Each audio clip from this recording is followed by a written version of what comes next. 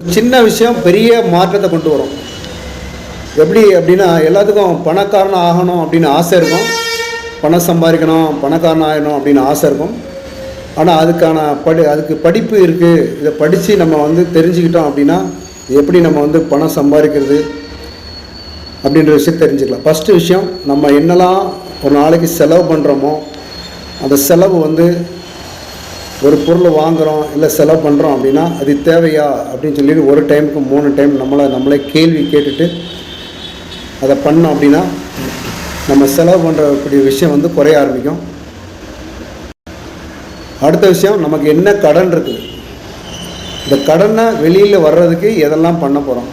First step என்ன பண்ணுறோம். இந்த 2 ஸ்டெப்பை கரெக்டாக நம்ம பண்ணிகிட்டே போகும்போது என்ன ஆகும் அப்படின்னா, நம்ம ஃபஸ்ட்டு நம்ம செலவுலேருந்து கம்மி பண்ணுறதுக்கான வாய்ப்பு இருக்கும். 2வது விஷயம், கடன்லேருந்து வெளியே வர்றதுக்கான வாய்ப்பு இருக்கும்.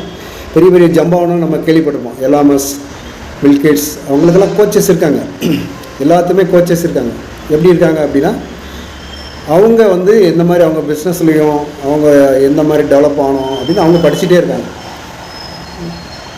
அதே மாதிரி நம்ம சின்ன சின்ன பாயிண்ட்டு, சின்ன சின்ன விஷயம் நம்ம படிக்க ஆரம்பித்தோம் அப்படின்னா நம்மளும் சக்ஸஸ் ஆகிறதுக்கு நிறைய வாய்ப்பு இருக்குது. இதை பற்றி உங்கள் கருத்து என்னன்னு சொல்லி ஷேர் பண்ணலாம்.